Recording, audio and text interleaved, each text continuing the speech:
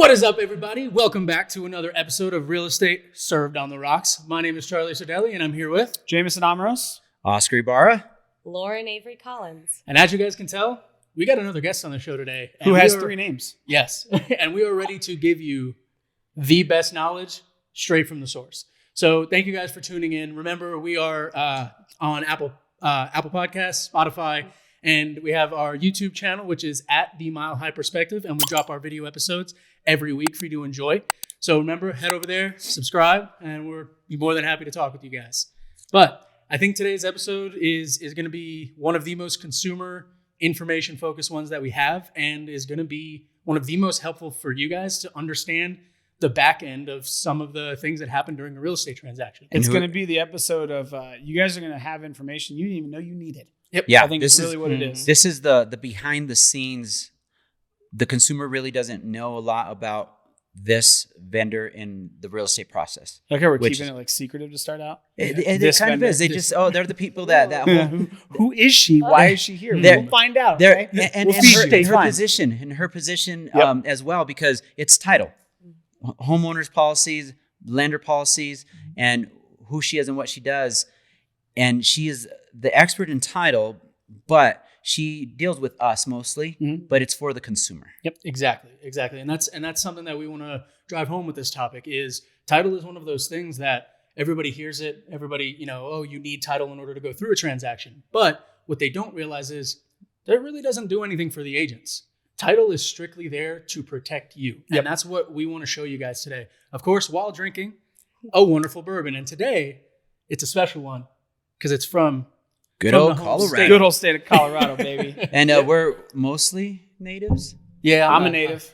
Native. Charlie. Outcast. I'm Damn an it. outcast. Yeah. Where are you from, Charlie? I am originally from New York, but I grew up most of my time in North Carolina. He fancy. Western, He's from Western New York. North Carolina out there, I was going to say, because you don't have the New York mentality. Like, you're the most friendly person I've ever met in my life. 100%. Yeah, well, it's funny. I talk about it all the time. Like, I remember growing up, I think I was like 8 years old, and my grandfather would tell me, when you're on the subway, when you're walking down the street, you look through people. You don't talk to them, you walk through them.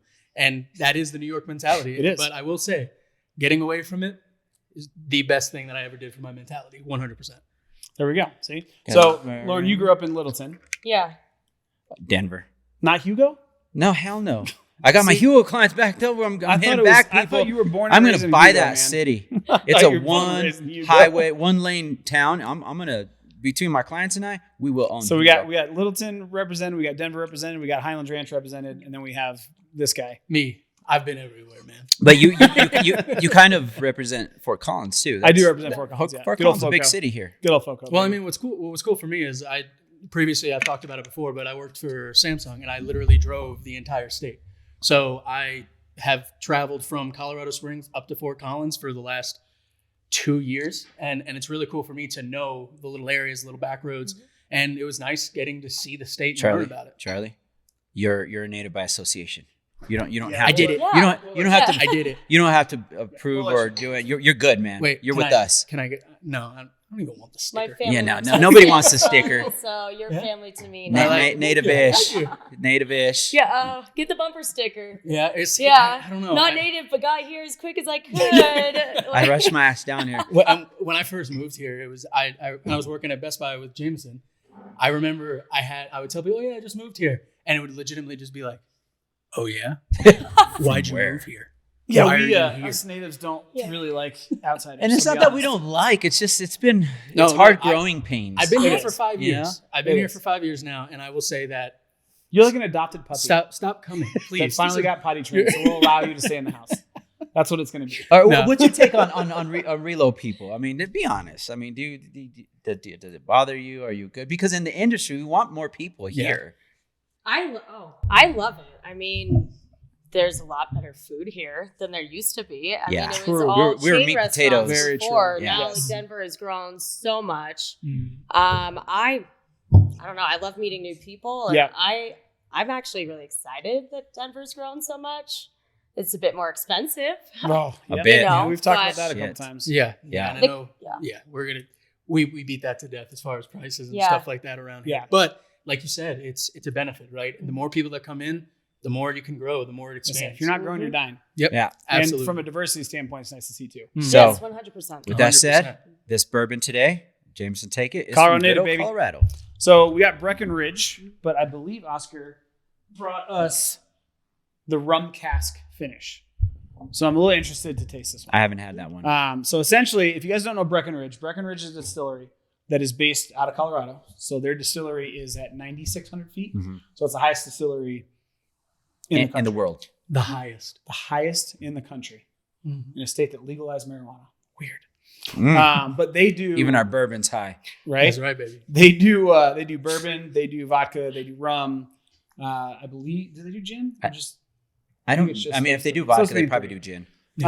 And they've won a ton of awards. We were talking about that 2017, 2018, 2019. They 2020. won consecutive 16, 17, 18 best blend, but they also won 9-time best American blend winner too. Yep. So the consecutive was 16, 17, and 18, and they're known for their high rye mash. Yes, and we've talked about this before, right? So when you look at bourbon versus whiskey, one of the things that differentiates bourbon from whiskey is the amount of corn that's in the mash bill. It's got to be at least 51%.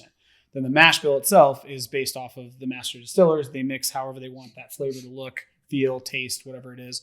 And then you get creative. And in this case, they take that mash bill, and here they use the same casks that they used to age their spiced rum, which is also very good. They empty out the spiced rum, and then they put the bourbon in it, and they let that age for at least 2 years, anywhere from 2 to 8, depending on the batch. And then they filter that out, and that's where you get a rum cask finish. Well, it's funny. I can already smell the spice difference. Like, Yeah. That's what since you poured it, that's what I'm getting is just Yeah. a scent of the spice that you normally get in rum. Yeah.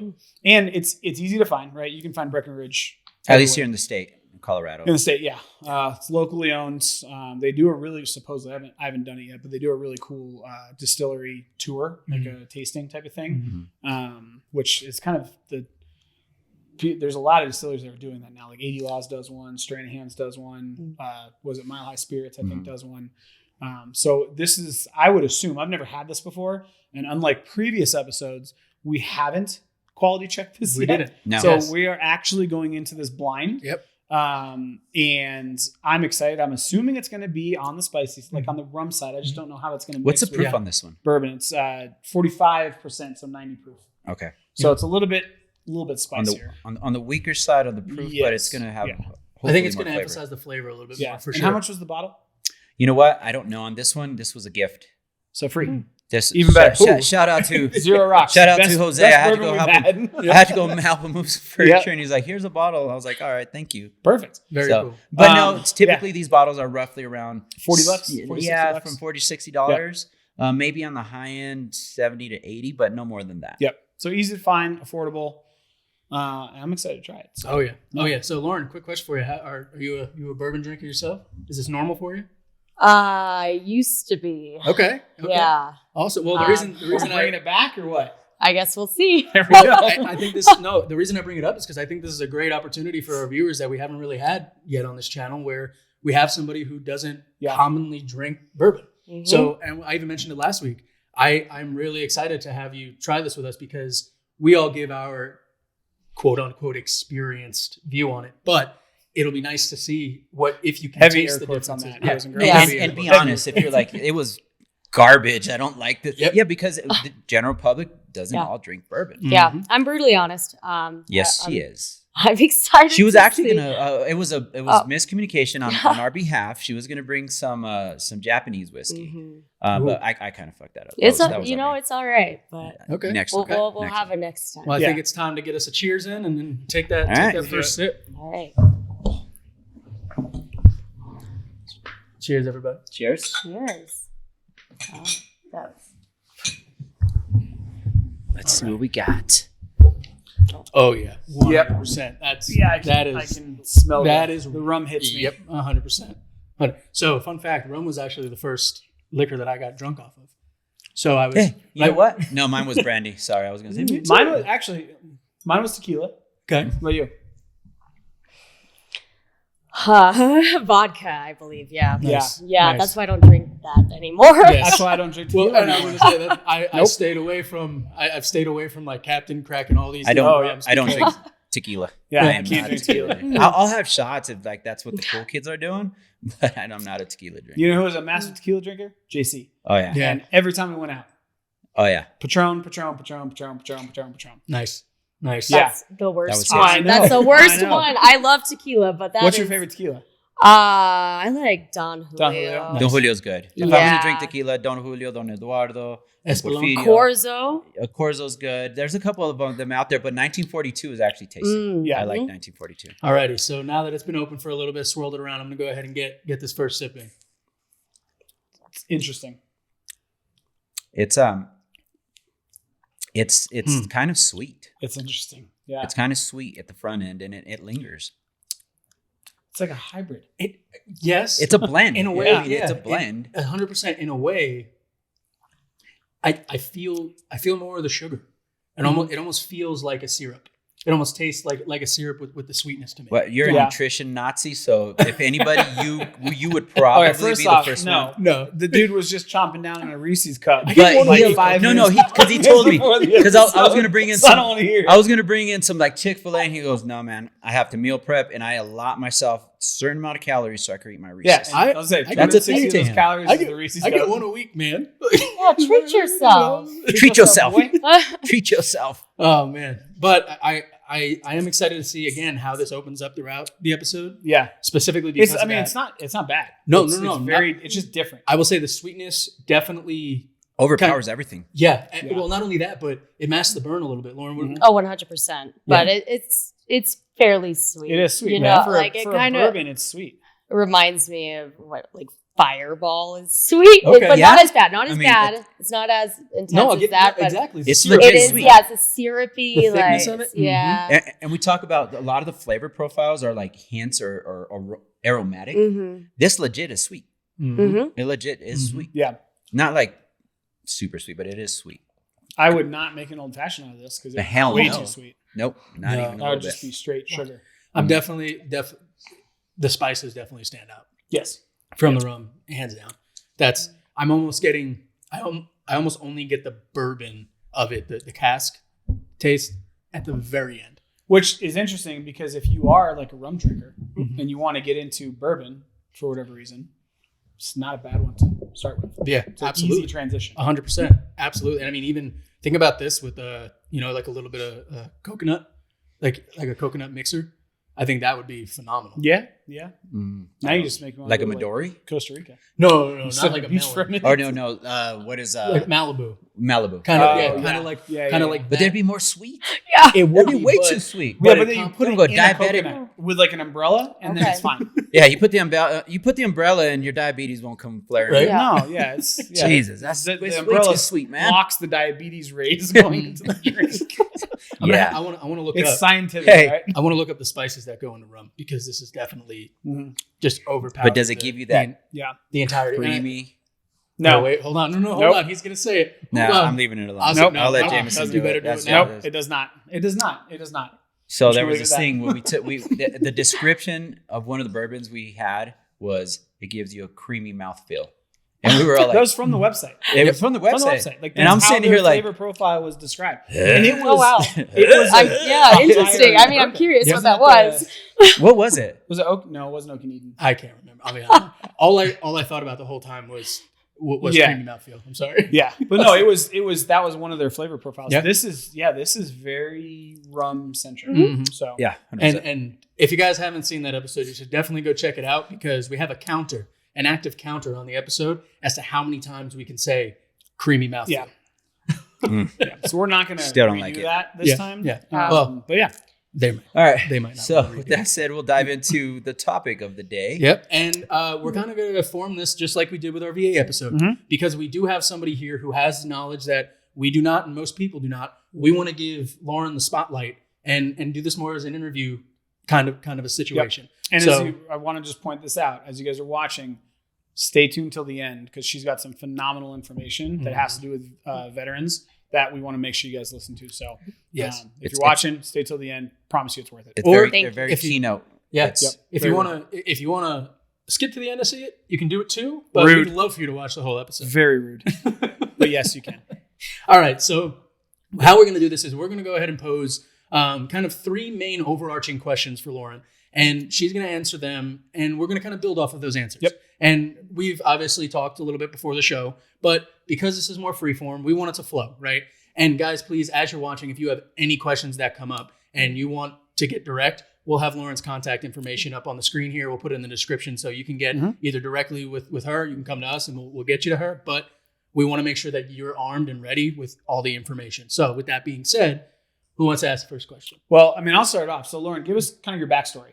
I know we've heard title and title insurance and whatnot. So just take a minute or two and tell the people who you are and how you got in title, how long you've been in title. Yeah, definitely. I've been in the title realm now for, it's probably been 13 or 14 years. I actually started as when she was 8. Yep, when I was you 8 years old. You do not look that old. I'm just going to say that. When I was 8 years old, I just had a passion for insurance. It's like a prodigy. Child prodigy. She's a I know Messi of the title world. I mean, I actually studied biology in college, but I was working as a receptionist at a title company part-time. And just kind of got sucked in. So I learned how to do pretty much everything. I think I was actually the only employee of the company by the end of its existence. That's awesome. That's great. So essentially running title searches, doing closings, funding files. I was a closer for a long time. Nice. So from there, closing is really what made sense to me. So I was a closer for, I believe, 7 years, and more recently switched into more of a business development role, which I absolutely love, but I'm grateful for all of the knowledge. I was going to say, you kind of have a unique experience because you went through every single, department, but realm of title. Pretty much. Right? I mean, I even did all the title searches and everything, which is... Yeah, which is cool. You got the consumer side. Now you're more on the realtor side and the business development side, but you've got it definitely. And you work for who now? I work for First Integrity Title. So we're a locally owned Denver company, locally owned and operated.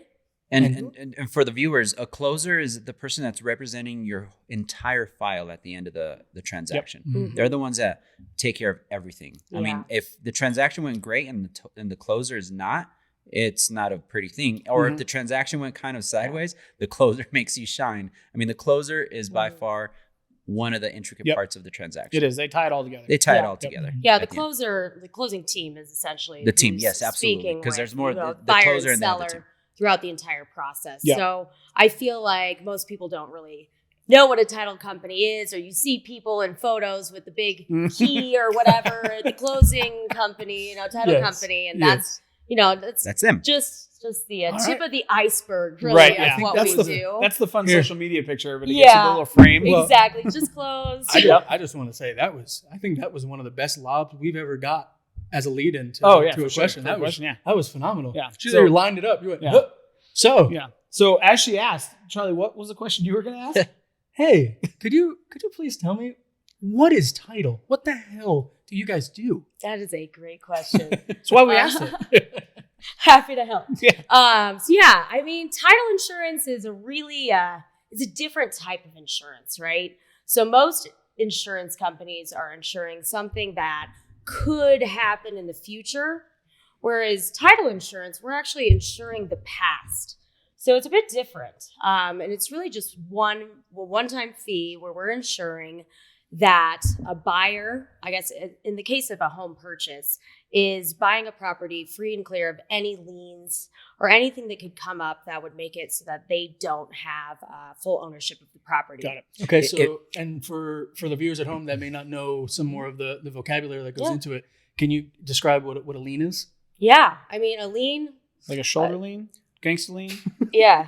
Title lean lien? with it, rock with right? it. Exactly. Yeah, exactly. I mean, a lien is really, I guess we'll call them clouds on title. So essentially, it's the same way you have a title to your car. Mm-hmm. There's a title for your home that's recorded with the county. And so when we do a title search, I guess, I'll just start from the beginning. Let's do it. When you go under contract on a property, the seller typically picks title here in the state of Colorado. So they would send the contract to us once it's finally executed with buyer and seller signatures and all of that fun stuff. Then we'd run a title search on the property. So we'll go back and look at all of the different records. How far back? I mean, it depends on the type of deed, and that can be complicated. I was going to say, that's going to be a question. Yeah. That's totally aside, but there are multiple deeds you can transfer a property with. Right? The two most common are special warranty and general warranty deed. Special warranty, and correct me if I'm wrong, goes back to the previous owner from their point of ownership inception to when they transfer. And typically General with an investor warranty that's saying that I've never owned the property, so I'm not going to say Correct. I know everything about it. General warranty will go back to the inception of the property itself, correct? Yes, that's Okay. correct. So when you guys do a title search, the title search changes depending on what the contract says. But typically, like a special warranty deed should be sufficient. Yeah, Okay. If it was insured by a reputable title company prior, Got it. That should be fine. But from there, we'll run the title search, and that's where we're going to find any liens.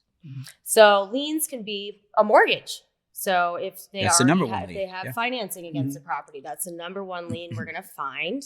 Other liens can be, mechanics liens. That's a big one. HOA assessments. If you don't pay your HOA, they will put a lien against your property. They will foreclose on you. Yes. An HOA can foreclose on you. Put your garbage cans away on time, please. Pay your HOA fees. I'm the worst because I pay it online and I forget and I'm like, oh shit, I didn't pay my. My management company just switched, and I'm like, thanks for the email. But we can go on about HOAs forever, but I'm not going to. That's a whole nother episode. It's a whole nother animal. Could be a whole for episode. Sure. Yep. But yeah, I guess there's other judgments.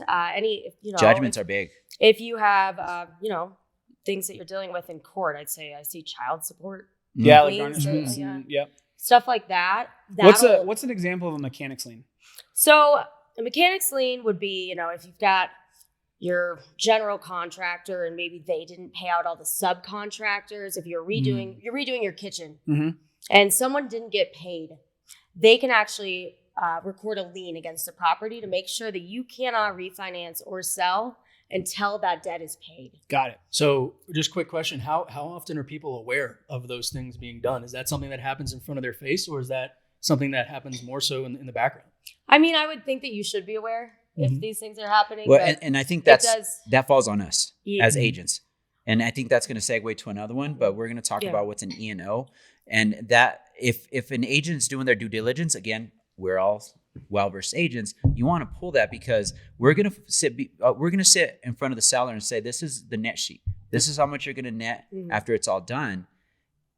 If title has been pulled, because it's usually pulled after you're on a contract, your numbers are off. Well, here's the reason. Because if there was a judgment or you didn't pay a contractor, now they have a lien on it, and now you're skewed. Well, here's the reason I asked, right, to clarify, is because when I look at like my clientele, some of them right now I'm working with currently are first-time home buyers. So number one, they just don't know a lot about the process. Okay. Number two, their price point tends to be a little bit lower. So in Colorado specifically, we're looking between $300,000 and $450,000, right? Somewhere around there.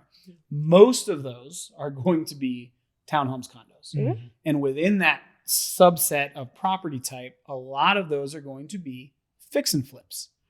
And fix and flips are done by investors that are trying to go into a property. They hire contractors, subcontractors to tear out the floors and redo the kitchen and so on and so forth. Some of them are really good. Some of them are not so good.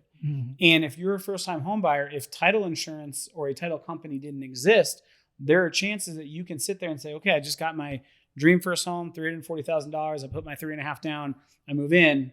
And oh, by the way, now all of a sudden I've got, Joe's subcontracting service coming at me saying, hey, I owe them $30,000, even though I wasn't the one as a first-time home buyer that paid them to do any of that work. So what title will do, and what Lauren's explaining, is they make sure that you guys don't deal with that. And fix and flips are huge right now. I mean, we toured, out of the 17 homes I toured in the last 2 weeks, they're all townhomes and condos in that price range. 14 of them are fix and flips. Mechanic liens and all the things regarding what you owe is going to be tied not to you, to the property, because that's the asset. But if you own the property, if you own the property, So without title, some guy can knock on your door and is like, through the county, I have a lien, so now you owe me that money. If you sell that property, I need to get paid. Oh, speaking of tax, right? It's another big one. Yeah. Tax liens, those are really, really big. Tax liens supersede Everybody. Everybody. Uncle Sam is the man. So out of curiosity, I know it'll be a different episode. Do they supersede HOAs? Because HOAs, hell yeah, they do. Yes, second. That's position, why you can buy tax liens. Like you can pay someone's taxes, and then if then they you don't own their take property, that, right? Yeah. then you can take the property. Uncle Sam is the man. No, if you're on TikTok, right? There's all these wholesalers that again, I'm not going to get into wholesalers because I'll get really angry. We ain't gonna mention names, but they will go through and they will pull up county records of people that have back taxes or unpaid taxes, and it could be what? I mean, it could be a minimum amount. It could be $1,000. Yep. They pay that $1,000 on your house that you forgot to pay taxes on for whatever reason. Guess what happens? They own that property. Mm-hmm. Yep. Yeah, you have a certain time to pay. Yep. And it can be really intense. And I mean, I think most people don't know anything about title insurance, but it's such an integral part of the entire closing process. So that being said, there are two pieces to what a title company does. We've got the title search, where we're looking up all of those liens, and we issue a title commitment. And that's a commitment to provide a title policy once certain requirements are fulfilled. So then there's also the escrow department. And so this is your closing team, as we mentioned earlier. The closing team is working with the buyers, the sellers, both agents, the lender, and really pulling together all of the figures that, actually transfer the property. So we have to make sure to order a payoff with the seller if they have a current mortgage or any of these liens. We need to make sure we know how much is owed, and so that we can get that paid off at settlement. Yep. So that you do have a clean title going to the borrower or buyer. So we're also ordering, HOA status letters. That'll tell us any assessments that are owed, what that looks like. Water and sewer. That's another thing that we do. So we'll transfer water and sewer to the new buyer and make sure that any final water bills that the seller owes are paid off. And so those are all prorated to the date of closing. So we do all of that math and make sure that all of the, figures are correct, so all the monies can flow through us. We're essentially the disinterested third party. Well, and it's funny because as you were talking, all I could picture in my head was like a line of title insurance agents with their arms locked, like in front of the buyers and the sellers. Like, you're not getting to them until you go through us. Yeah. And then the buyers and sellers are like, I don't see anybody in between us. So, and again, I've said it in other episodes. Insurance is typically in case shit happens. Yeah. This insurance is actually, it's covering your ass from the get. Well, in title in general, I look at it as they're kind of the unseen glue that holds a transaction together. 100%. Right? Because if we do our job correctly, or the listing agent does their job correctly, none of that goes through, and the lender can do their job correctly. But if title is or is not doing they're the ones that make sure that the buyer's protected, the seller's protected. They're really the only ones that have a fiduciary duty to both parties. 100%. Which is extremely important to understand when you guys are looking at, hey, why does title do this, or what is title, so on and so forth. Because without these guys, there could be things that go incredibly bad during a transaction. Oh, horribly bad. Yeah. That'll cost you hundreds of thousands. Yeah, and from a buyer standpoint, and we talked about it on a couple episodes ago, where we said if we're doing as realtors, if I'm doing my job well, my clients don't hear from me, which is a good thing, right? It's the same with title. If title's doing everything, the buyer has no idea what's happening behind the scenes, which is why we want to pull the onion back a little bit and show you guys how genuinely important their role is in any transaction whatsoever when it comes to protecting against liens and making sure that little stuff like transferring utilities, right? It's a pain in the ass. If you've ever done it yourself, just like I used to do it when we'd rent it, right? And all of a sudden I go from apartment to apartment, I got to call Excel and I got to call Comcast. My roommate just moved and I have a final bill, and then that bill doesn't get to me before I move. And all of a sudden 3 months later, I've got a collections because I didn't pay my final water bill. Well, title takes care of all that. With that said, anything that is attached to the property, because obviously when you do move, you do what you do, it's on you, right? Excel's on your Social Security, it's on you. But water and sewer is tied to the house. So they take care of everything that's tied to the home, which if you didn't pay your final water bill, guess what? It's tied to the house.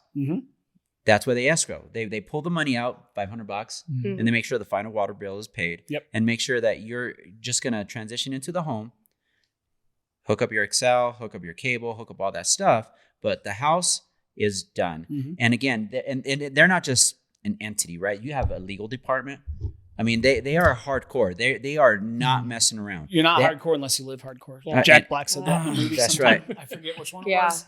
I mean, it depends on the title company as far Yep. as Yes, the and legal again- department is concerned. I mean, my title company is owned by 3 attorneys, which Yes. kind of helps. Yep. Yeah. Not all title So you're covered. companies are. You're not created just insured. You're covered. equal. Yeah, legally.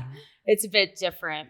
But yeah, just to kind of go back in, we're also transferring taxes. You Mm. know, so taxes are always paid in arrears. Tax so, certs. You know, Yeah. So here, real quick, this We- is great. yeah. Can you explain taxes paid in arrears to everybody? yeah. So Not hearing it from us. I'm just saying, like, it is always something that comes up on every Yes. single transaction. So I definitely. think it's a great opportunity to explain what that actually means. Yeah, I mean, on property taxes, they are due, let's see, in February and June, Mhm. or paid in full in April. But you're paying the previous year's taxes. Mhm. So when a seller is selling their property, they still owe on that previous Right. year. So we need to definitely make sure that we see what's been paid Mhm. and work those prorations, because we don't want the buyer to have to pay Right. taxes for the time that the seller lived in the property. Yep. Does that Which make- makes sense, yeah. right? Yeah. And the way that happens is it's not that you necessarily, because the buyer is going to be responsible for those taxes eventually when they come Yes. up, right? So the seller, and what you guys Yes. make sure is the seller gives a credit, Yes, essentially, exactly. That is at correct. closing. And then that way, the next year when the buyer pays, you guys are going to pay the full amount technically, Mhm. but a portion of that's covered from whatever the seller owed from when they lived in the property. That is exactly. But instead correct. of you guys having to deal with that, they deal with it. An Mhm. entire They come up with entity the Yep. to do an it for entire you. legal Yep. entity. So And we you didn't- calculate you didn't even everything know. per diem, so Yep. it's exactly calculated to Yep. the closing date. Yep. Awesome. And that's the same for HOA as well. So I mean, I think that's the best description of what a title company does I've ever seen. Bro, I like They handle all the headaches. Yeah. And Yeah. when you don't Yes. you don't Yeah. even know, you don't give them credit. You Yeah. just know that you paid out some money to them, Mhm. but they handle so much. yeah, Absolutely. They Yeah. cover future headaches for you, Mhm. and they take care of all the big stuff so you don't have to. So I know that we talked before the show. You were saying like how you explain title insurance. You also kind of go into what makes title companies different. Mhm. So can you expand on that a little bit as far as like, I know there's a ton, right? We've got First Integrity, First American, Canyon, Land. Heritage, Chicago Title, Land Title Lawyers. Guarantee. What are some things that differentiate you guys specifically at First Integrity that you maybe do a little bit differently, or what does that look like? I mean, title insurance is a commodity. Yeah. It's like toothpaste. Right. I mean, for the most part, 9 out of 10 of us recommend. Mm. yeah, That's how it works. exactly. We're like dentists. Exactly. But really, the fees are fairly similar. Mhm. Where you really see a large difference is in reissue rates. Got it. So, What does that mean? What is a ex- reissue rate? So, if you are selling your property, there are a feof different, title policies that come into play. Mhm. One of those is the owner's title policy. 99% of the time, I do see the seller paying for that. It kind of depends if an investor's buying. That's a whole nother story. Or We if you're- actually, But- or if your agent's my really recent good. transaction, we split it Oh, during the negotiation. okay. Yeah. I mean, yeah, you never know. That also makes your agent Yep. set apart, But the owner's policy is a premium paid by the seller that's giving a policy to the buyer saying that that property's free and clear, right?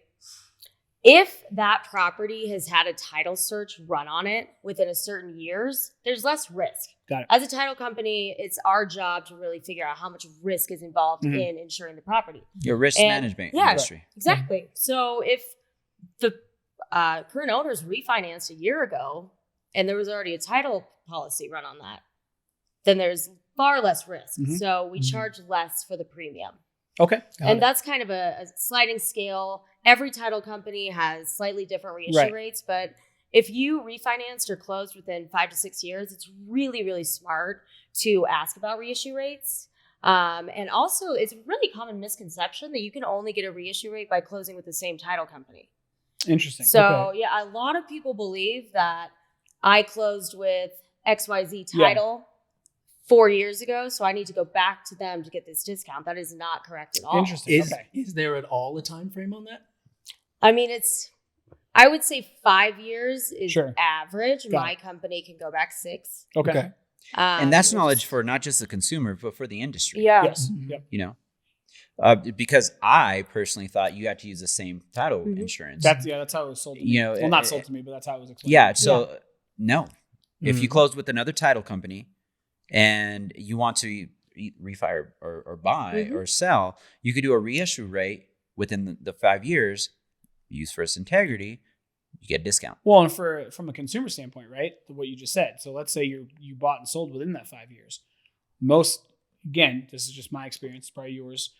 Most sellers, when I go, hey, what title company do you want to use? They go, what? What's your title company? I don't What's care. the title company, right? Who do you recommend? Now, if it's within 5 years and we're talking about reissue rates, that seller is going to have to pay, for the most part, like you just said, that title insurance policy. So it may be worth it to do due diligence. Say, hey, you know what? Let's do some research on the reissue rate and the reissue amount, since I'm buying and selling within 4 to 5 years. And if it's going to save me $800,000, $900,000, and it can. It's going to make sense, right? Because that's going to be net proceeds that the seller's going to be able to walk away from. So something to think about as you guys are watching. Yeah. I mean, the seller really picks title. Right. I think mostly it's customary. Your real estate agent Right. is going to help kind of guide you through that process because, they're your expert in the industry. But either way, it's a great question. We're the face, right? Yeah. We're connected to our clients. Or the glasses. Yeah. Depends on which one of us you're working with. Yeah. You know what? you guys like my Easter look? I love the Easter We're going look. until Easter. What do we say? It was my Cartel birthday Easter last bunny. year. Yeah. I would have showed up. I would have showed up to the last episode in my kilt because St. Patrick's Day and my birthday is the day before. So I had to do at least Easter. I love it, man. The pastel colors are Pastels are in. perfect. I'll wear my Perfect. floral stuff all month. But no, it's just something that, and again, we say this all the time, right? We know that you guys aren't necessarily going to use us for every transaction if you're watching. You may have an agent. However, this is good information because if you can ask your agent, hey, the title company you use, what is their reissue rate? Because I'm selling within the 5 years that I bought this house. Yep. And if they say, I have no idea, that's fine, right? We didn't know this coming into this episode. That's great information. Great Again, information. Consumer and industry. But ask your agent to go find out and say, okay, I'm going to talk to these 3 or 4 title companies. And if it's going to be, like Lauren said, a $500,000 swing, $1,200 swing, whatever it is, that might be worth it to you depending on what your goals are, right? Yeah. So it's just, again, it's something that we want to arm you guys with to ask good questions because we know that the statistic is 87% of people are going to use the last agent they talk to. Worst case scenario, you're saving a couple $100. Yep. And that's worst case. Yep. It might be more. Yep. So then- it's a good question to ask. Yeah. Well, and I mean, speaking of good questions, Oscar, before the show, we were talking about, or you were talking about a question that you had about O&E Insurance. Yep. O&E Insurance. No. Yeah, no, O&E. So within real estate agents, there's E&O Insurance, and that's what covers us. E&O is different. E&O is with title and O&E. or O&E, sorry. O&E, and then it's ownership and encumbrances. That is so it's who's the owner, which is important for us because there's been some instances where this person says, I'm going to sell this property, and they're not the owner. Yep. So it's important to pull it, right? Also So very ownership and sad when it encumbrances. happens, but And encumbrances before you list it, because title doesn't really get involved until you're under contract. And by then, you've already worked numbers and did a bunch of stuff. When you pull that prior to, you know who's the owner, and hopefully you've done some research and you know that the owner is, and what encumbrances are there, what liens, what judgments. It doesn't go full in depth of it, but there's at least a starting. Yeah. So Lauren, right? what's that process look like if somebody comes to you and orders an O&E And that's prior to listing. prior to listing? Prior What to does that listing, look like? So, I mean, we run a search and find the owners and any encumbrances. We'll provide all of the recorded documentation. That's a $5 charge. And we return them. Okay. Dollars. So now $5. for $5, what you're You can telling get me a is- Subway footlong during certain times of the year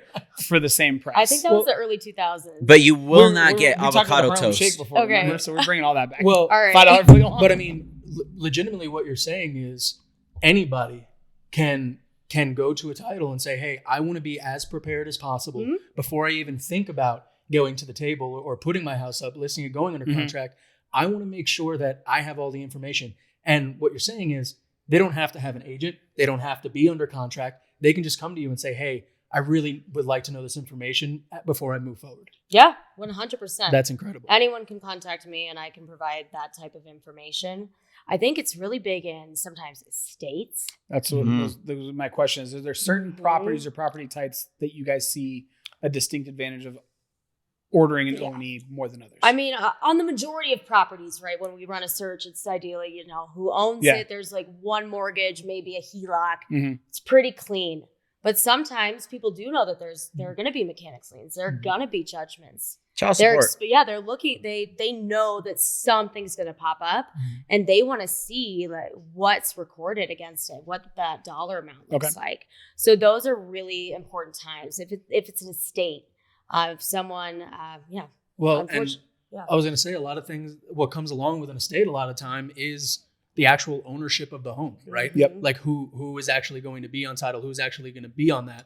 And we have certain terms and words that decide that and actually define that, right? Sure. So Jameson, would you go over the 4 most common types of ownership, and then maybe Lauren can explain them? As far as like who appears on title? Yeah. So you can How do you take title? Yeah. So if you're making an offer on a house, one of the first things that we ask is how do you want to appear on title with, again, if you're going in title with somebody else, yes, right? If you're buying a house. So we have joint tenancy, tenancy in common, tenancy in severalty, right?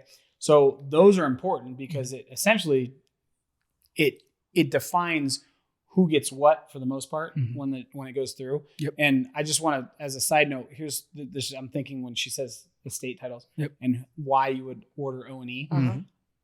There could be people, I'm not saying this has happened before, but I've heard stories where they price a property very, very low to entice people to make an offer because they know that it might be a little weird on title, right? So if you guys are looking at properties and you're like, man, this seems like a really good deal, maybe pay $5 for an O&E just to make sure before you waste your time. Exactly. Right. Exactly. So, but that being said, yes. So the first thing we ask is, hey, how would you, Mr. and Mrs. Client, how would you guys like to appear on title? And I think that we can do this. Lauren, I honestly believe that you can handle a fire round with this. So what I'm going to have is a fire round. Just we've never done a quick fire round answer. before. I don't know what. Just a quick Is there answer. a buzzer? Do we have a button? Well, How does Why this you work? got why you got to Only spring because- some new shit on me right now? I wasn't prepared Let's for go. this. I'm Forget excited. what Lauren's What I going to do. mean I'm is- not prepared. What I mean is, we're going to go ahead and instead of giving the textbook long definition in your experience, what I want you to try and do is when let's say Jameson says tenancy in common, come back and give a 5-year-old's explanation of what that is. Do you think that's possible? Yes. All For right. any 5-year-olds watching, good luck. Yes. It'll be a quiz. Yeah. I think it's easiest if I just kind of explain the difference between, severalty is, of course, one person. So we can factor that out here. But the 2 main ones are tenants in common and joint tenancy. So with joint tenancy, say I own a house with Oscar and I walk out into the street and accidentally get hit by a bus, like Regina George. Very specific. Dang. Yes. I guess, That's but a deep cut. I like yeah. it. Okay. On Wednesdays, we wear unalived. Then James? my portion of the property would go fully to Oscar because we 100%. own the property in joint tenancy. Mhm. If we're tenants in common, there are different ways you can hold that, different percentages. Say we're just 50-50 tenants in common. Bus hits me. Oscar still owns his 50% share, but my 50% is going to go to my heirs or however my estate plan or Got will it. is set up because we're tenants in common. Got it. Nice. So joint tenancy, it's 100 one way or the other, depending on if somebody Yes. is gone Yes. from that title. Tenancy in common, normally 50-50.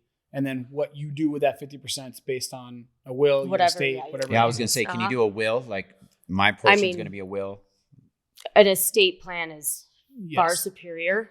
Yeah, which by the way, and again, as we're talking about this and we're dealing with this in our personal lives, get a will done, especially if you Yes. guys own property. Mhm. You do not want to go to probate. Yes. You just don't. We've Um, handled Yeah. a little bit too much on that. We've lately. had a little bit too much on that, and there's It's scary. it's It scary. sucks. Nobody there's wants to talk about uncertainty, it, The time frame, but is, it's worth it. Yes. Yeah. So Mhm. always, if you guys Because are looking what's at a timeline on probate? I mean, right does now, anybody it's know almost that? 18 months. Yeah.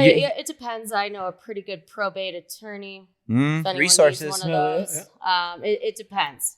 It totally depends on the situation, but It's just lengthy. so important. And that's the last thing that you want your family to have to Mhm. deal with Sure. in that time. But You know, I mean, so you're talking it's- about for most people, the largest purchase Mhm. Yes. and asset that they'll ever own, right? If we're Mhm. talking about the general public, And there's So- tax ramifications. There's all Yes. sorts of you put it in a ramifications. trust, you're going to Yeah. save a buttload of money. Yeah. Mhm. The attorney's going to guide you that way. So follow-up question on the tenancy in common. Yeah. You said that the percentages can differ. Yeah, they can. So in our side, like if I write it in a real estate contract, we assume 50-50. Mm. So what does that look like if it's a different percentage? Is that done on a different documentation? I mean, that's just on the deed. It would be. It would be on written the out deed. and what that that's on the looks like buyer. is- And they said, I want to take 75%. Yeah. Is that how that works? I mean, well, however. and it's recorded that way? I mean, yeah. Yes. Okay.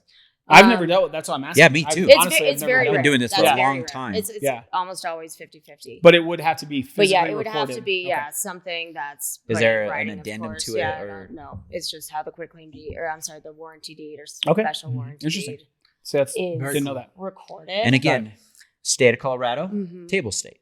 Mhm. That's why we get when we pulled out of the recession, and whether we're going to go into another one or another, that's another episode. But we have It's like 8 up episodes. to the day knowledge because we record it. Mhm. It's there. It's done. Yep. Escrow states not so much, right? Mhm.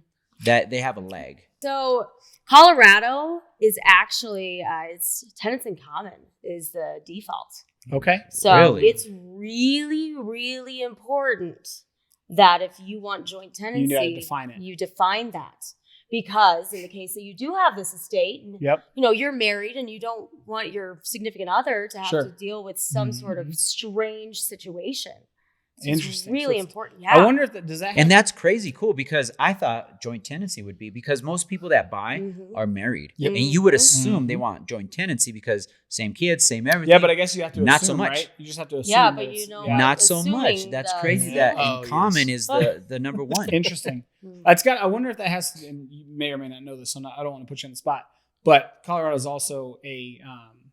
Oh man, I just lost what I was going to say. When you Jesus, own what's in something this together- Oh, yeah, bourbon? no, What is man. in this The bourbon? rum. Shit. The rum's like, I thought they were just distilled in a Common high law, elevation. Common law. Common law. Yes. Common law. Okay. So I'm wondering, and I don't know this. So if you guys are watching this and you can tell me, cool. If you know it, awesome. But I'm wondering if that is, it plays with it that tenancy in common is the default because we also have common law marriage here in Colorado. I don't know. I'm not an attorney, nor do I play Right. one on TV. But I'm so wondering, I yeah. don't know. Disclosure, If full you guys- disclosure, we're not Yeah. attorneys. If you guys know, let me know. Yeah, I'd love comment. to hear. Let us 'Cause know. I'm interested to see why tenancy in common in Colorado is the default, Mm. and if it has anything to do with Well, being and a what's- common law. because there's a lot of Tinder stuff going on, and it was like, I love you. I'm gonna go in. We're buying a house tomorrow. I fucking hate you. I mean, I mean, it's technically it Zillow, right? happens. If you're shopping for a house on Zillow, you swipe right on the house you Well, like. yeah. It's And the then same thing. all of a sudden you're committed to something. Yeah. You're like, oh oh wow, I crap. have a 30-year mortgage now. This is crazy. well, and what's I don't even What like happened? you anymore.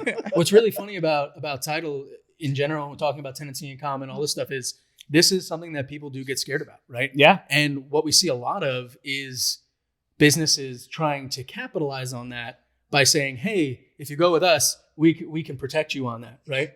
So Lauren, LifeLock. you're right. Title, yeah, what a title lock. Oh my gosh, my blood is boiling. blood pressure's up.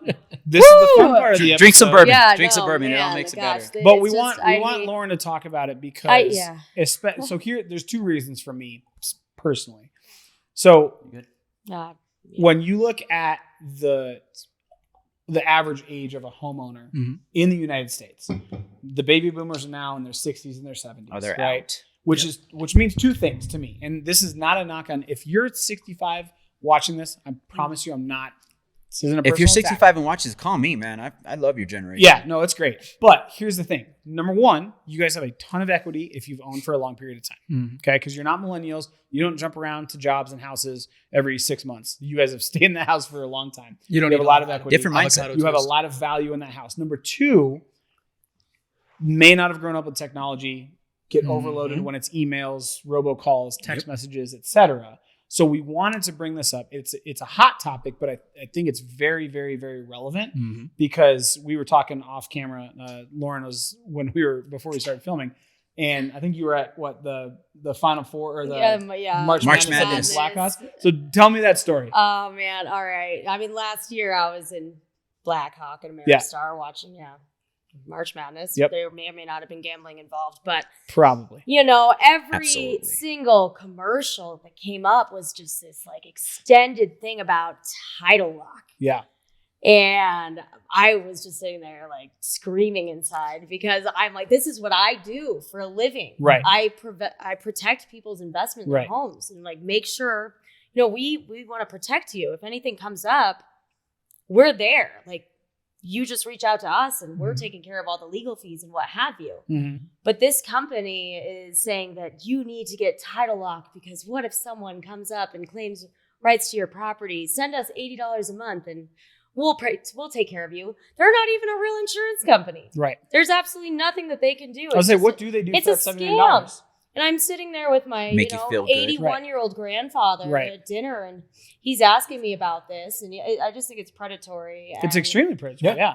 Well, exactly to the point that Jameson made is you have so many people now that they see something like that and they go, oh wait, this is technology based. This might be the right direction for me. And because of the price point, they might go, oh wow, I'm spending $80 a month, so I'm going to get this. Yeah. Mm-hmm. But as Lauren just said, it could be as simple as $5 for you to have some information that Right. Yeah. these people are paying. If you have title insurance, it's Well, already taken care Yeah, of. the Yes. title insurance, if you buy a property, like, I guess it really depends, but 85 to 99% of the time, the Mhm. seller's paying for it. For the owner, for the new buyer, it's paid for. Mhm. And that's a one-time fee. This is where title insurance is so different, is you pay for it at closing, and that's it. Mhm. It's not an ongoing premium that you have And to pay. there's another side to Well, that. you don't even pay for it as a buyer. The Yeah, seller the pays seller for it. does. It's customary. Yes, So exactly. with that said, let's segue in. What is the mortgage side of the title insurance? Yeah, I mean, so with the title, there are two different types of title policies. You've got your owner's policy, and this is what we've been talking Mhm. on for the most part, is that protection that's going to protect the new buyer in their interest in the property.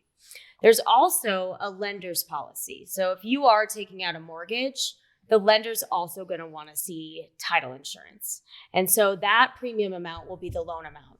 Right. To make sure that that lender knows they're in first lien position. So unfortunately, yes, if you don't pay your mortgage payments, that allows them to foreclose on you. Mhm. You know? You pay, you stay. You Exactly. don't, you're out. Exactly. Okay. So in that scenario, And then- and that's a lot of that right there. A lot of realtors don't know what that is. right. Mhm. I mean, because one, they're not on the lending side, but it's on the HUD one or the CD. CD now, yeah. It's Jesus. What I'm, year are you I'm in? old as Yeah, what was crap. that? Oh yeah, I was like, I what, think that was like 2007? yeah, Like, It's, what are we doing? it's on the 13 CD or now. something, They're 20. different.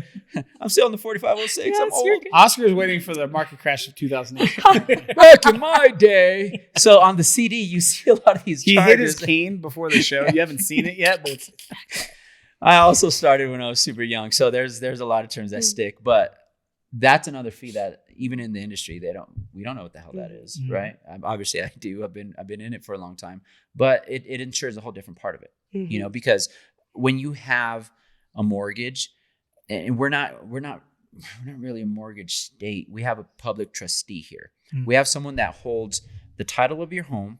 And so you're on the line there, and then the bank is on the line, but we give this public trustee the ability to hold this. So when you finish paying, the public trustee tells the bank, hey, are they good? Have they paid everything? Yes, they're solid. They release it. Now you have it, right? So we do things a little different here in Colorado. So with that said, the loan is always going to be first position lien on your house. It's not a bad thing. That's not a bad lien, but they're first position. That's why they have escrows, right? They want to make sure their asset is covered, so they're going to pay. They're going to pay the taxes, and they're going to pay the insurance because again, Uncle Sam comes first. If you don't pay your taxes, that dude's going to be in first position, and the bank doesn't want to because they just lend you $500,000. They want to make sure that's always going to be paid. So if you ever miss all of that, and we get in other realms of real estate, it's going to be covered. So Uncle Sam comes first. The lending company wants to be first position lien at all times. And I mean, I think referencing how much money goes through title and is involved with title. all money, Right. all Yeah. money goes through title. 100% goes They are 100% the ones So- that distribute and intake all the monies. Right. So since they aren't taking the money, and something that we do see, especially in this new technological age, is the ability to move money around without anybody touching it. Right. Wires. And during a transaction that I'm going through right now, I just recently gave Ernest money, and I got an email back saying, "Hey, or before I did the earnest money, I was like, hey, can I get the wiring information from you and I can give it to my client? That way we can get you that earnest money. And they came back immediately and they said, hey, Charlie, thank you so much for being willing to do that. But legally, I have to be with the buyer I have to give that directly to the buyer. So apparently wire fraud is a huge thing. Yeah, it is increasingly alarming. Yeah. What's happening with that? So I guess starting with the earnest money is the deposit on the property, Sure. right? Mm-hmm. So that can be given in the form of a cashier's check or a wire. Good funds. Good funds. Good funds. Can we you give know? you- And so can we as give a you- title company? Can we give you currency of other countries like pesos? I'm not here. No, sorry. I'm just saying. Sorry. Okay. Listen, No, listen, For the general cartel buddies public, can't- También Pablo hablamos- Easter Bunny I did Escobar. have someone Whoa, try time out, and time pay out. for their home with a suitcase full of cash, and I'm like, No, Did you know them, Austin? the IRS is going to be knocking on our door. yeah, I'm like, I'm sorry, sir, that is not how this works. And yeah. Was there a combination lock on it too? No, I mean, we worked it through, and I got good funds. But I'm like, are you serious? Those are good funds. For the Not just viewers, good hold funds, on. like For good the Sorry. viewers, before I forget, Yeah. we've never mentioned this, but también hablamos español. Believe it or not, Charlie and that guy. Just so you know. Muy poquito. poquito, that guy, he should. He understands. Listen, Me, fluent. I'm just saying. Awesome. Well, back on topic. Back on topic. So there are a few times where you're going to be needing to send money Yep. to the title company. So How much as the money? buyer, How much money are we talking about? I mean, it depends on the transaction. All I of don't it. know. Hundreds of thousands and not millions of dollars. Yeah, I mean, it totally depends. But, you're going to have your first deposit. Yep. That's the earnest money. And then also, if you're buying a property, you're going to have a mortgage possibly, or you're paying upfront for everything, A lot of paying cash. cash. Or, you're still going to have to come to closing with funds. And when we're saying paying cash, we're not, again, not suitcase of money. It's going from your bank Yeah. to them. Exactly. Cash This just is- means you're not borrowing it. Yes, Exactly. it's a Yes. wire going Yes. to them. Exactly. Yeah. So a wire is wire fraud is huge. There are a lot of folks out there that are trying to scam people, and they use spoof emails. Mhm. So oftentimes they'll try and mimic a real estate agent or even a title company's Yeah. email, and they'll match it except for a couple letters. Mhm. And they'll even copy everything in the email signature line and say, hey, these are the wire instructions. And, if you send that money to the wrong person, It's gone. it's gone. It's Yep. gone like that. Mhm. So it's so important that you are in contact with your closing company. And when we issue that title commitment, it'll have wire instructions. It'll have the closer's contact information. Personally, I would recommend just calling the closing team. Even if you Google 100%. the title company, That's what I tell my call their clients. main line, Mhm. make sure you get a hold of someone there. Yep. Also, for the seller, oftentimes sometimes you're buying another house and we wire the funds to a different title company, and that's a whole nother story. But sometimes we're just giving the seller a wire. Yeah. Mhm. And in that case, we recommend them bringing the instructions. It's just a blank check to hand 100%. that check to the closer at the closing table to make sure it's all happening in real time. Yep. So we don't have any issues Mhm. because we don't want to receive an email from Joe Seller that's like, hey, just kidding. This is where I want my money sent. Right. We get emails all the time. It's scary. How many of these there was emails we get. recently, I think it was within the last 2 weeks, and it made national news, that there was an elderly individual that was with her daughter, and they were buying a house in Colorado. This is in Colorado. And they ended up getting emails because their emails were being exchanged between them, their agent, and the title company. They got intercepted. Somebody else then copied their information, just like Lauren's saying, and said, hey, we're just following up. We wanted to make sure the wire transfer goes through. Transfer this to this account, so on and so forth. It was, don't quote me on this, I want to say it was over $200,000, right? It was a smaller house, but they were paying cash. That money went to that person. Gone. It's gone, right? So my question is, if I'm a consumer, Lauren, what are the things, what are the safeguards involved that ensure that doesn't happen? Is it I have to, because I know for a fact wire instructions can only be given over the phone.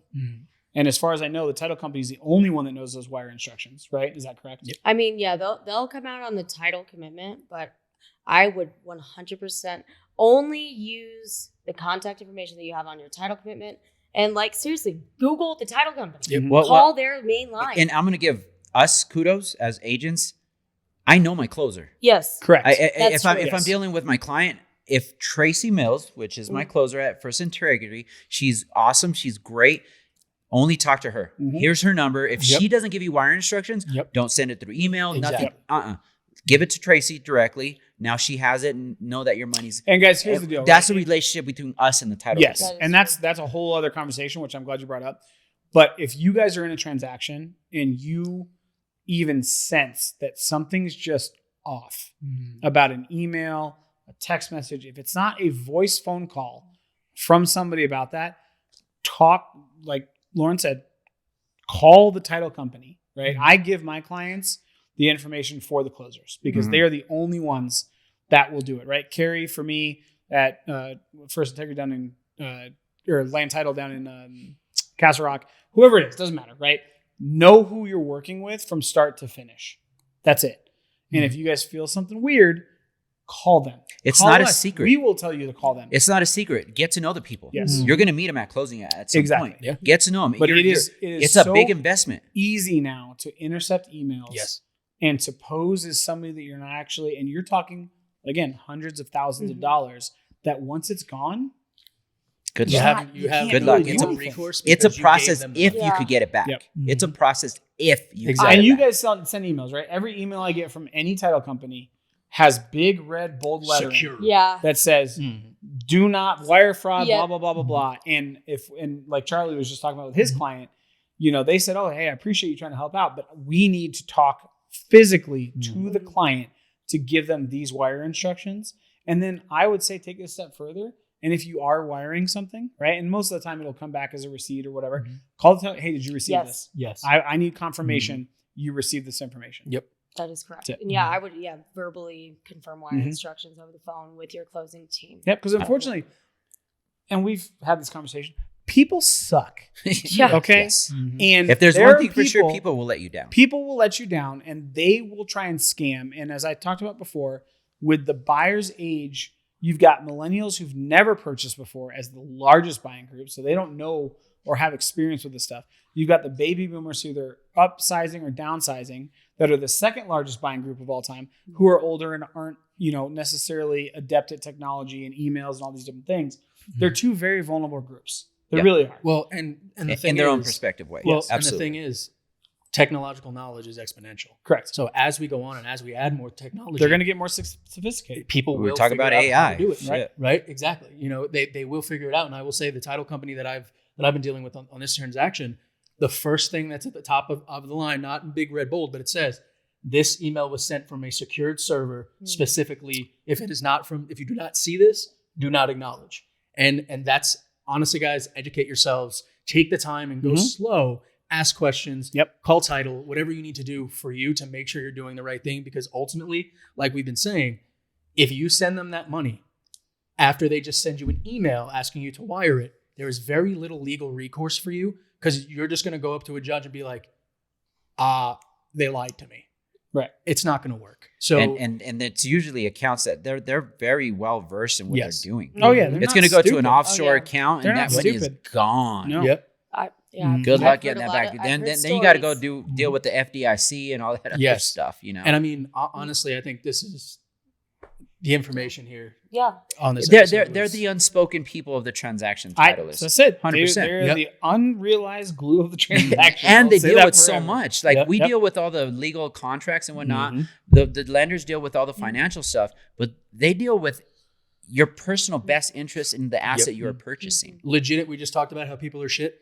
Their whole job is to make sure you're okay. Yeah. Like that is their legal profession. Yeah. Get a Right. very good offensive line. Draft well. That's them. Good free agents. That's them. Yep. They're protecting you. You're the QB. They're protecting you. 100%. Sorry. It is what it is. 100%. Yeah. Now, with that being said, we've covered a lot that Lauren, that you do, but what's really cool about title companies and people who work for them is that oftentimes there's a lot of things that they do outside of just checking title, right? And before we were talking, you were giving us a beautiful example of what you guys are trying to do. So please, I teased this. If you guys are still watching, thank you. You're welcome. She's about to drop something that we all think is absolutely amazing. And the reason, I mean, we've all dealt with VAs, Yes, veterans, VA loans, so on and so forth. And if you guys go back 2 episodes ago, episode 16, we had a lender that does VA loans, and we had a client that was one of my clients that was a veteran or is a veteran in the Space Active Force. military. Active military.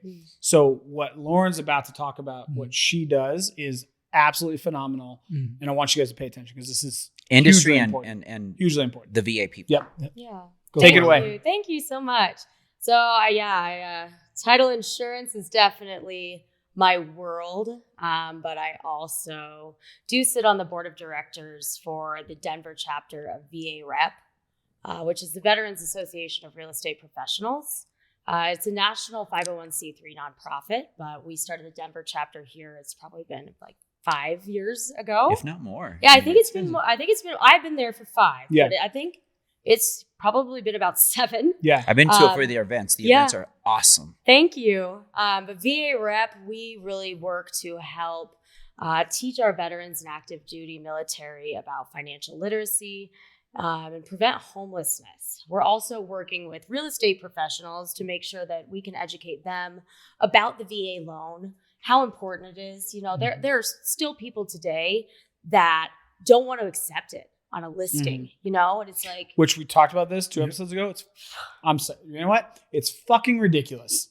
I'm going to say it. Yep. Bleep me out, Charlie. Post edit. I That's was waiting ridiculous. for the F-bomb, but I think that was the perfect That was the use. first one, That right? was, Yeah. That was the only one. That was the the only perfect one. use This whole for it episode. because it is. Here we go. It is It is absolutely fucking ridiculous. ridiculous. Yep. I want to get out and sing the Star Spangled Banner. Mhm. Like, just absolutely America. ridiculous. Yeah. Yep. Well, and Yeah. ultimately, it comes down to on episode 16. You know, we'll put the link in here for you. But on episode 16, Michael did drive home that a lot of his coworkers, a lot of his friends, didn't have any idea of what Correct. the benefits were. Yes, that was So- a big theme. right? is Not we- only they is just it- don't know. Exactly. So the fact that it focuses on financial literacy is not only going to help the veterans to secure a home, which, as we were talking before, everybody always thinks, oh, we have homeless veterans. It's that one guy in a tent on the corner. No, veterans have families. And by doing this, by teaching them how they can use their money in a better way, you're gonna better the lives of not only the veteran, but wives, children, other family members. Yeah. So first, thank you so much for doing that. Yeah. Do you guys do specific events? I mean, so that's what I was just about to get into. Sweet. The veterans Awesome. and families. Yeah. So, I mean, we're a nonprofit, so we do a lot of different, you know, networking Yeah. mixers and stuff like that. But really, we're trying to raise money to help veterans here locally in Denver. And so a big piece of what we do is to sponsor a vet program. So we've partnered with the HUD-VASH program here in Denver, and they help find homeless veterans and their families and help place them into temporary housing. And so once they're in there, though, they need goods, whether, you know, Right. it's furniture support or in just, general. you know, Yeah. all of your Yep. home utensils, like Right. everything Plates that you can, and plates, blankets, cutlery, Yep. blankets, Yep. like all the things, you know, if you're coloring home- books and toys. Yep. Yeah. exactly. And for the viewers and listeners, we will have this in our description. We're going to have Yes. contact for you. All the We'll have information. links to everything. Yep. Yep. So if Yeah. you want to help out, if you want to donate, we'll have that information there for you. So please take the opportunity. Click on that link and go help support the veterans and their families. Yeah, because we know we've talked about it in the podcast, but 90% of my charity is veterans because without them, we couldn't do this. Yep. They're the Now- reasons we're doing this. Thank Yeah. you. Do you, Lauren, I know we talked a little bit off camera, but you said you have an event coming up. Yeah. I mean, so with the sponsor vet program, typically that's $500 to sponsor a vet. Which is- any donation counts, of course. Right. But so that's really big. Any individual can do that or a corporation. And we'll link that of here course. so We'll that you link guys, as if you're as well. individuals, companies, agents, doesn't matter. You guys can contribute General to this. We'll public. link it. Yep. Mhm. And it helps a lot. We've Yep. helped a lot of people, and it's really beautiful. Awesome. But the event that's coming up Yes. next is a poker run. So that's going to be April 22nd. Those of you that have motorcycles. this is a I'm bringing out my leather big chaps. thing. We're going to have spring, you know, and so you can also do this in an automobile. We're accepting 2 wheels, 4 wheels, what Okay. have you. But we're starting at the VA hospital and taking a nice tour through Denver. Yeah. And you're going to pick up a different poker, or I guess a playing card at each stop. And then at the end, whoever has the best hand will win prizes for first, second, and third. This is I guess this is benefiting our Christmas for Kids program. So I believe this past Christmas, we helped over 50 children. That's awesome. We fulfilled their exact wish list too. We figured out what they wanted. That's specific. And we shopped specifically That's awesome. to give these lower income veteran families, children, Christmas. And That's amazing. We're hoping to go even bigger this year. So this event, the funds raised from this will go directly to that this winter. Awesome. So it's $40 to join. It's on Saturday, April 22nd. I'm in. How do you Hold me accountable. Where do I'm they in. go to sign up? We'll throw all the links in here. Beautiful. But, Love it. We'll make it easy So for links you. will be in there. That's amazing. Like, I'll be there. So everybody watching, my antics. mix it I'll up. be there. I'll be there with some crazy attire with on or my without motorcycle. glasses, he will be there. I will definitely be there. The chaps are pastel. As long as Shit, now I gotta find pastel chaps. Hey, eBay. as long as they're not assless chaps. No. One, it's gonna be a little bit chilly. Two, Hey, April's nobody hit or miss. needs to Could be see that 70 crap. degrees, bro. Nobody. But no, so we wanted Lauren to hide. Thank you for just being a part of this, right? I know you Yes, said you're on the chair. 100%. We talked a little bit 2 episodes ago, if you guys want to reference the VA episode 16, that Colorado is has the 11th largest essentially mix of military veterans, both active and retired, discharged, And there is a etc. board in the nation. in real estate for Yes. veterans. Yep. We're not just agents talking about it. We have direct connections. Mm-hmm. Veteran affair, real estate professionals. Yep. I mean, there is an industry for that. Yep. So we're not just talking about it. We're actively there. Whether you're whatever base, we're there. We're part of it. Yep. And having somebody like Lauren here to explain Sits on the board. what her program does, right, on a yearly basis, and we would love you guys to join, the poker run. I think it'd be fantastic. So it starts at the VA hospital, right? Where is that specifically? That's in Aurora. 225 Yeah, and then Colfax. Yep. It's 225 gonna end Colfax. in Golden. It's by That's the awesome. Children's That's Hospital. beautiful. Yeah, so it'll be a beautiful day. Oh, yeah. I can't give off every stop because I love do it. want it to No, be but kind we of know a surprise. we know the start and the end. But it's gonna be Yes. great. I'm so excited. And like that being said, this is a nonprofit organization. Yeah. So I would love for people to be there. I'm also looking for sponsors and I'm looking for volunteers. All the industry Guys, people. girls, Let's if make you're it watching, happen. I know there are a lot of you guys with We deep need help. pockets. Let's Right. do it. We need or help. just time on your hands. It's a slow market right now. You guys want to help out? Yeah. Let's do it. Let's do it. awesome. That's awesome. So, Lauren, what we normally do to cap out our episodes is we do what's called our one rock takeaway. And what I would like to do is, because we grilled you so hard and we made you talk about every aspect of what title is, what I would like to do with it is we're going to continue with our one rock takeaway, how we normally do it. But what I would like you to use the one rock takeaway for is to address the audience directly as to, speaking as a title, somebody that does title, what do you want them to know? What is the most important thing that we've covered today that you want to lock in and you want them to know? All right. So we'll save yours for last, just because we want to give you time. Yep. We want to give you time to think about it and save the best for last. So I'll go ahead and start with my one rock takeaway. And my one rock takeaway is title company is the guard, is the wall for you that you don't know about. So it is very important for you to get an agent that has the connections in order to line you up with a phenomenal title company who not only it's their job to care about you, but genuinely cares about you, just like we've seen Lauren talk about and exemplify all day today. Jameson? Mine it's going to be simple. It's just O&E, not E&O. Not That's O&E. for us. In my head, if I'm a buyer and I want to have as much peace of mind as possible, $5 for peace of mind is worth it. I don't care if it's a tract home, if it's a rural community, if it's a house sitting on 5 acres. If you don't ask your agent about O&E, then you're doing yourself a disservice. Ask them. And if your agent doesn't know what O&E is, that's fine. That's Reference a this scary video, thought. But reference the video. That's what we're here for. Okay. And it will allow you guys to make the most informed decision as possible before making an offer. And it costs you $5.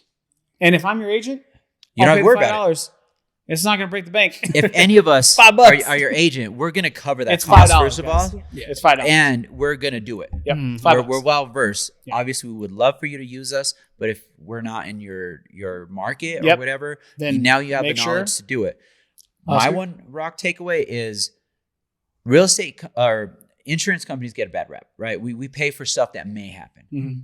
This is the good insurance. Yes. This is the insurance that's going to cover your butt for stuff that already happened Mhm. and make sure that's not going to come back and bite you. Mhm. They're the people that not only ensure that you're not going to walk into a big headache, but they also put everything together. They're They the give ones- you confidence. They give you confidence. You're buying something that you're going to have future problems with as far as title or someone coming at you for money, because there's also mineral rights and everything that we didn't get into. Mhm. I have we could do a part 2.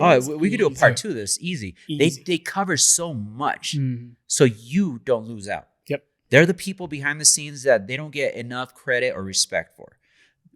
Us sub agents, we're there, and the lender, they're there. The title company ties it all together, and they save all of our butts. Yep. Absolutely. All right, Lauren, talk to the people. Yeah, I The mean, I people. feel like this has just been really like gloom and doom almost. Like, oh, these are all these like scary things that could happen. But at the end of the day, the title company is the closing company. Yep. They're the happy place. This is the happy place. You know, We we take the put picture. everything together, you Yep. know? And I just want to kind of hammer that in is like, this is where you come for closing, Mhm. you know? And that is a special big day, whether you're buying your first home or you're selling your starter home and, starting a family, going bigger, what have you. Closing day is really, It's really fun. It's the special. greatest It day. should be Yeah. fun. Yeah. They got cookies and stuff there. I mean, yeah, we do have snacks. We've got Mexican Coke too. Oh, We've got- shoot. Oh. I'll bring the rum. So I mean, yeah, Or closing day is so special, and it's where everything comes together, and I am so blessed to be a part of that for so many Yep. folks. They're the final destination. Yeah. Okay, to the first off, future that's of your also family. doom and gloom. No, they're the Not the movie. they're the final destination of our journey. There you go. Of our journey Yeah. in real estate. Mhm. They're the They're ones that the button gold everything at up. the end of the rainbow. They button Yes, everything I up for like you. that. Yes. I prefer that. Yeah, They're the not pot of gold Yeah. at the end of Long- the That's exactly. Oh my god. Final I like it. Destination I is a like bad movie. Jesus. Yeah, I'm traumatized for life. Yes. So, but yes, Oh. the gold at the They end button of the everything up for us. rainbow, They indeed. button everything up for us. Yes. They- They're the candy at the end of the egg hunt. Oh, Pablo. dude. That's so wrong and Perfect. different. Perfect. We'll leave it. all Oh, right, so now this is the time of the episode after we did go through doom and gloom, all the explanations. Now we get to take a little bit of a breather, have fun with it. We get to talk about the bourbon. So this is going to be the review Yep. of the Breckenridge rum cask bourbon here, and You know, but hold on. At this Weird one, this one's all taste. There's no backstory. Mhm. There is no history. True. It's just a local Colorado distillery. We decided to do something. This is what we brought out. Yep. So there's no last time I was here. I missed last O&E episode. Or no, was, was uh, Uncle Nearest. Uncle Nearest Yep. was super cool because it tied into Black History Month, and there was Yeah. Yep. women. She's one of the not only Black but women-owned distilleries. Mhm. There was that comes into play when I want to rate the bourbon. Yeah. This one, it's all taste. well, and I'm not going to go first. I'll say that I'm not going to go So I'll first go on first. this one. Just Well, then because- shut up, Charlie. Hey now, Stop talking. I'm God damn it. Let me trying do to this. guide the episode, man. Take your producer hat off. Yeah, hey, I went the bro look today. You did go the bro. I went the bro look. Even today. with the You- backwards. you Oakley rock the bro. sunglasses. Yeah, that's right. That's right. Full bro. Sorry. He went full bro on you. This is my real- I mean, I'll go first. I'm not a Perfect. fan. There you go. I love it. Boom. And that is honest. Mic drop. All right. baby. So you know the rocks, right? 1 is great, 10 is garbage. Give us. I mean, I want the unfiltered Lauren review. it reminds me of it's better than Fireball, but it's not far from it, Yeah. in all right. my opinion. Okay. Okay. Yeah. I How like many it. rocks? Yeah. Give it a 7. That's That's That's better nice. than I thought. I Well, thought she was gonna be like, this well, shit no, is that's- It's I easy love nine. to This is drink. a 9 It's rock. easy to Yes. drink. Yeah. But Nice Easy favorite. to drink doesn't mean it's great. exactly. It It, just means it's it easy to means drink. I might actually have a headache this Right. afternoon. I could go downtown Denver and take 9 shots of Fireball. Were they easy to drink? Yeah. Sure. Yeah, they were. Did I enjoy every minute? Up to Yes. a point. And then afterwards, I was in a world of fucking 7 hell. a.m. Not so much. Yeah. Right? Well, Right? and again, thank I like you so it. much for giving us Love that, giving us that too, because like I said, you don't really drink bourbon often, as you said, anymore, but that is as real as you can get Yeah. for everybody. What we try It and doesn't do. have the bite. 7. Yep. Mm-hmm. And No and bite. you know Yeah. what? I No, was like, 0. crap, this might have too Yeah. much bite. Maybe I should have brought something that was like better.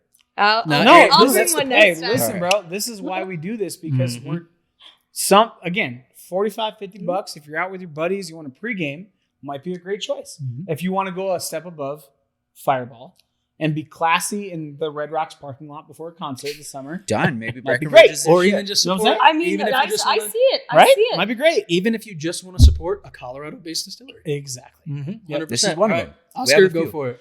All right, so knowing the bourbons, knowing what I like, it's not my wheelhouse because I am not about the sweet stuff, Yeah. but it is easy drinking. Yes. And it's like I'm almost empty. Yeah, I'll do it, right?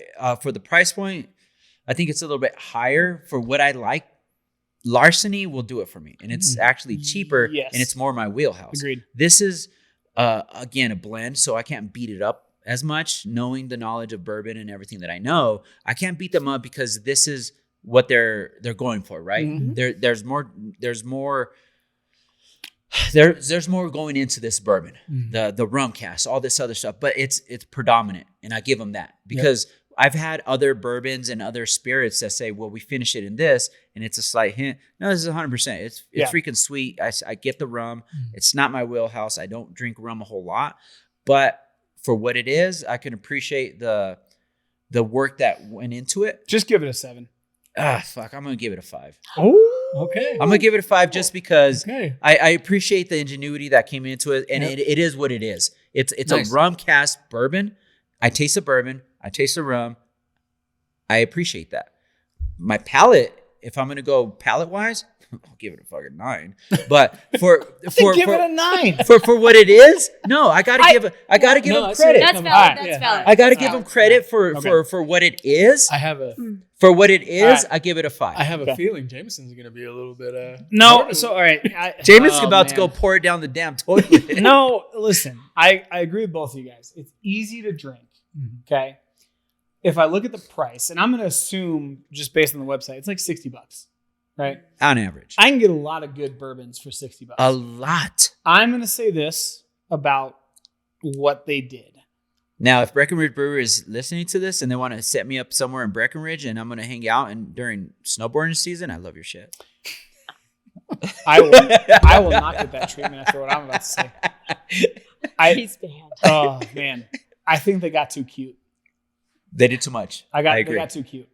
They They got tried too to much get with all this one. fancy, and everybody's like, "Well, I want this bourbon, but I want it to taste a little bit different, so I'm going to put it in a sherry cask, French oak. I'm going to do this. I'm going to put a fucking wood Wood stick. spiral in Oak and Eden, and blah blah blah blah blah." Which is all fine and well. I don't think the They went too rum far. cask does it. They I went think too far. it's too much rum. They went out And of I'm the going to wheelhouse. go back to what I said in the beginning. If you're a rum drinker Boom. and you're trying to get into bourbon, this is fantastic. You'll love this. But I'm already a bourbon drinker. I also hate rum. I spent my entire college years drinking Captain Morgan and Cokes, and I just can't do it Captain anymore. Coke, baby. I can't do Captain Coke anymore. So this gives me PTSD, and therefore my rating is going to reflect said PTSD. I'm going to give it an 8. Damn. I'll drink it because it's not old granddad. It's Okay. not bad. It's just It's just if I put this between this and Old Granddad, I think Old Granddad we gave like a 5 or a 6. Yeah. But Old Granddad was like $20. it's true You know for what what I'm it saying? is. It's Yeah. true like to its name. this is similar, but it's $40 more. Yep. Well, Well, I can't. and there's no and- fucking history to this. well, and I'm glad. I can't. Honestly, I can't. I'm They glad got you cute. guys. They got too cute. I'm glad Too you guys much. did what you did and said what you said because I passed it off because I don't want to be a dick. Literally, But be a dick. Yeah. It's the point of the show. I 100%. What Lauren say? She's like, I'm blunt as fuck. I mean, Right, yeah, there it but is. my life motto is "Don't be a dick." Yeah, So right. I, well, Well, but you know, but I'm going but to you tell also you how said it you were is. blunt, and you're very. Did you Yeah, not? I mean, it's true. Okay. But It's not being a dick. It's just It's being real. yeah. Yeah. It's be real. Yeah. So- it's like be real. for me, Be real. I absolutely agree with the table here with the consensus. I am also going to give it a 7. But again, reiterating the fact Damn, that I gave it the best review. this Holy is shit. you're nice. I'm So nice. It's the pastel colors. Yeah, I think It's the pastel. pink. I Although the I pink. also have pink on, so I The get thing- it. Yours is more salmon. the thing that That's really fair. gets me about this is, and James, I like what you said that they got too cute. Right? I don't. They did And a little again, too again, much. please excuse me, Breckenridge. We but love you. I love Well, I love but- Breckenridge. Yeah, but- Breckenridge great. I feel like, based on the taste, based on the mouthfeel, the rum cast that you're getting is a flavoring, Mm-hmm. not from the rum cast. Yes. Yes. That is where I'm coming from, and that's why I think Lauren, you attested it to Fireball, because when you take that sip of Fireball, So much spice. it's well, not only that, but it's a sugar, it's a Yes. syrup Yeah. on your tongue, yes. and that's what I get here. And even with Captain Morgan, Yep. with whatever rum you're getting more of the spices and the flavor Mhm. that's in the rum, rather than I feel like this one is, hey, here's a bourbon and taste the rum. Right. Yeah, You know, it's yes, definitely I agree. it's not bourbon Yeah. forward. No, No. that's what I agree with that. If you you're would have gonna gave a make blind bourbon, test on this, I would have said this isn't Yeah. a bourbon. make Mhm. it taste like a 100%. bourbon, and then with a little bit of hint Yes. of Yes. something extra. Mhm. But this is just Not bourbon. no, It's not bourbon. no. I'll drink it. I'll, No. I'll definitely drink it, but Especially it's not because it's bourbon. free. Well, and But again, no. and again, $3.99 is my favorite. for the bottles that we've had, like you were saying, Yes. at the price point that they are, Right. That's the problem I have. Breck- $60. Yeah, No. exactly. Breck, you're doing Matter of great fact- things. Thank you for. They're just straight bourbon. Mhm. I love It's they good. won an award this for year. $45. Yeah, I'll drink it it's all good. day. The Cask- rum is throwing me off. Yes. Me too. Yeah. I mean, 100%. they experimented, and They got Yeah. cute. it is Well, what no, it is. but I mean, again- yeah, a little But They got again, cute. there is a market for this in Yes. people who, one, are still introducing If I sold themselves. this in the Yeah. Caribbean, Well, Oh, I mean, yeah. Dude, it you could get be me an on a easy- beach with this stuff, I'll drink it all day. Yep. exactly. Yep. Mhm. Yep. Here, And a coconut now, with an no. umbrella to block the diabetes. It'll definitely block the diabetes. Yeah. We are not. I didn't know. Hold you on, could we're not doctor. spokespersons, nor are we are medical doctors. Please don't take this. We got to throw that shit out there because Are we people at are like, the point where we're to put disclaimers? maybe. I mean, we got guests now. I mean, Yeah, we're getting cool. there, baby. You know, we're getting Lauren But hung out with I'll be us. honest though, if somebody watches the show and goes, "I'm gonna go to these guys for medical advice," that's a whole different issue. Oh, dude, you got. Don't do it. Let's- You need a we therapist. we Well, need something else. Guys, this is normally I try and keep this to an hour, but Yeah, fuck it. as we were going through, Yeah. the information was phenomenal. Yes. Thank you so much, Lauren, for not only giving us the information, but being vulnerable with the information, being willing to open up. Yeah. And yeah, it's sometimes it's scary to talk about for people, but thank you for being willing to do that for Taking the the viewers, time. for the listeners. Yes. Guys, remember, Mhm. follow us on YouTube at The Mile High Perspective. We post our videos every week. We do shorts. We do market updates. Community spotlights are coming. Yep. You can find us at The Mile High Perspective. Like and subscribe, comment, let us know. And if you want to get in contact with us, 303-578-0263. And then the email, if you guys want to email us instead, if you're scared of the phone, it's fine. RESOTR@themilehighperspective.com. and Lauren, where can everybody get in contact with you? And we will have this on the sites. But Yeah, I mean, Lauren Avery, First Integrity Title. My cell is 303-669-0679. Email LCollins at first, FIRST, integritytitle.com. Beautiful. And I'm happy to help anytime, like we were answer talking about questions. the O&Es, She that is a resource. For I you. am here to help. My phone is an extension of my being. I am definitely a Whether great it's title resource. and or the veteran. Yeah, Yes. I'll be honest. I've used First Integrity for almost all of my closings, and these guys are absolutely fantastic. Not only from a transaction standpoint, but just from an information standpoint. If I've ever had a question and I email First Integrity, I get an answer. Yeah, immediately. I personally So- know Lauren and my closer, Tracy Yeah. Mills. They're phenomenal. Yeah. So if you guys are Yeah. consumers, if you guys are